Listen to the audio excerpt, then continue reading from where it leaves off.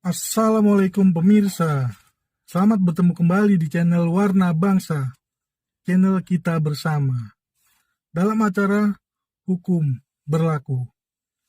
Kali ini kita akan membahas perkembangan terbaru dari kasus edisi cash. Gimana nih perkembangannya nih?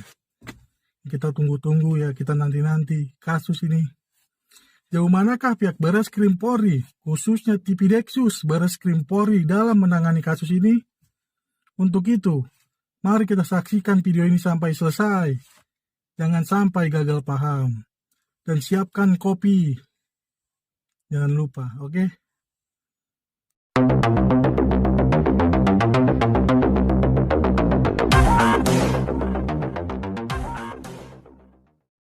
Sebelumnya, kami ingin mengucapkan apresiasi yang setinggi-tingginya kepada pihak penyidik Barreskrim Polri, khususnya Direktorat Tindak Pidana Ekonomi Khusus atau Tipideksus Barreskrim Polri yang sudah bertindak cepat, objektif, proporsional, dan profesional dalam menangani kasus edisi cash ini. Dalam kasus edisi cash ini, para tersangka dijerat dengan pasal berlapis, diantaranya yaitu 1.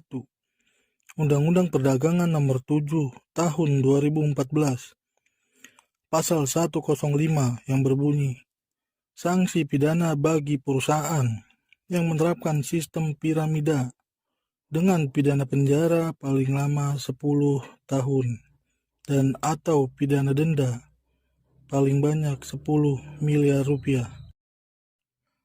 Pasal 106 yang berbunyi, berlaku bagi pelaku usaha yang melakukan kegiatan usaha perdagangan tidak memiliki perizinan di bidang perdagangan yang diberikan oleh Menteri dengan ancaman pidana penjara paling lama 4 tahun, denda paling banyak 10 miliar rupiah.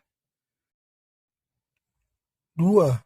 Undang-Undang Nomor 19 Tahun 2016 tentang perubahan atas Undang-Undang Nomor 11 Tahun 2008 tentang informasi dan transaksi elektronik.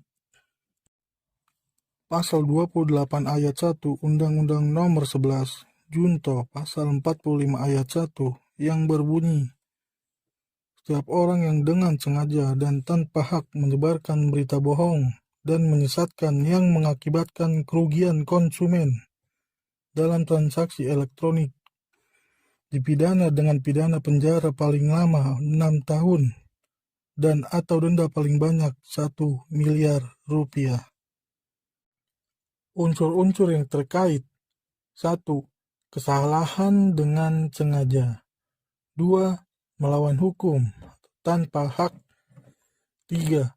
Perbuatan menyebarkan. 4. Objek berita bohong dan menyesatkan. 5. Akibat konstitutif, mengakibatkan kerugian konsumen dalam transaksi elektronik. Pasal 36 Undang-Undang Nomor 19 Tahun 2016 yang berbunyi, setiap orang dengan sengaja dan tanpa hak atau melawan hukum melakukan perbuatan sebagaimana dimaksud dalam pasal 27 sampai pasal 34 yang mengakibatkan kerugian bagi orang lain. Pasal 51 ayat 2 Undang-Undang ITE yang berbunyi, setiap orang yang memenuhi unsur sebagaimana dimaksud dalam pasal 36 dipidana dengan pidana penjara paling lama 12 tahun dan atau denda paling banyak 12 miliar rupiah. Yang ketiga, Pasal 378 tentang penipuan.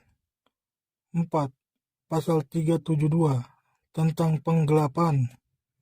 5. Pasal 55 turut serta membantu rekayasa kejahatan. 6. Undang-Undang Nomor 8 Tahun 2010 tentang pencegahan dan pemberantasan tindak pidana pencucian uang. Pasal 3. Setiap orang yang menempatkan, mentransfer, mengalihkan, membelanjakan, membayarkan, menghibahkan, menitipkan, membawa ke luar negeri, mengubah bentuk, menukarkan dengan mata uang atau surat berharga, atau perbuatan lain atas harta kekayaan yang diketahuinya atau patut diduganya merupakan hasil tindak pidana sesuai pasal 2 ayat 1 undang-undang ini, dengan tujuan menyembunyikan atau menyamarkan asal-usul harta kekayaan dipidana karena tindak pidana pencucian uang dengan pidana penjara paling lama 20 tahun dan atau denda paling banyak 10 miliar rupiah. Pasal 4. Setiap orang yang menyembunyikan atau menyamarkan asal-usul, sumber, lokasi, peruntukan, pengalihan hak, atau kepemilikan yang sebenarnya atas harta kekayaan yang diketahuinya atau patut diduganya merupakan hasil tindak pidana sesuai pasal 2 ayat 1 undang-undang ini, dipidana karena tindak pidana pencucian uang dengan pidana penjara paling lama 20 tahun dan denda paling banyak 5 miliar rupiah. Pasal 5. Setiap orang yang menerima atau menguasai penempatan, pentransferan, pembayaran, hibah, sumbangan, penitipan, penukaran, atau menggunakan harta kekayaan yang diketahuinya atau patut diduganya merupakan hasil tindak pidana sesuai pasal 2 ayat 1 undang-undang ini, dipidana karena tindak pidana pencucian uang dengan pidana penjara paling lama 5 tahun dan denda paling banyak 1 miliar rupiah. Pasal 6.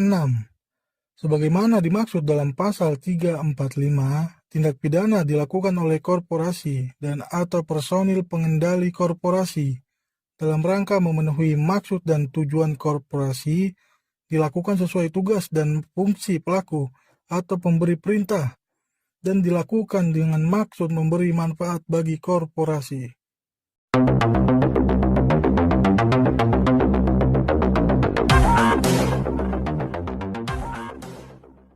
Nah, pemirsa, itulah pasal-pasal berlapis yang dikenakan pada tersangka kasus edisi Cash. Dan kemudian, apakah akan muncul tersangka-tersangka yang lainnya yang baru yang ikut keseret ke dalam kasus edisi Cash ini?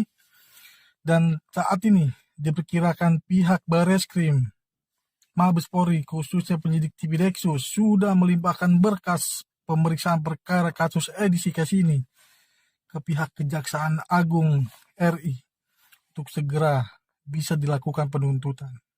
Sekian informasi perkembangan kasus edisi Cash ini kami sampaikan. Dan mari kita bersama-sama memberi apresiasi dan dukungan kepada pihak Tipideksus Bareskrim Polri agar mengusut kasus edisi Cash ini sampai tuntas, sampai bisa disidangkan. Oke. Wassalamualaikum warahmatullahi wabarakatuh. Salam warna bangsa.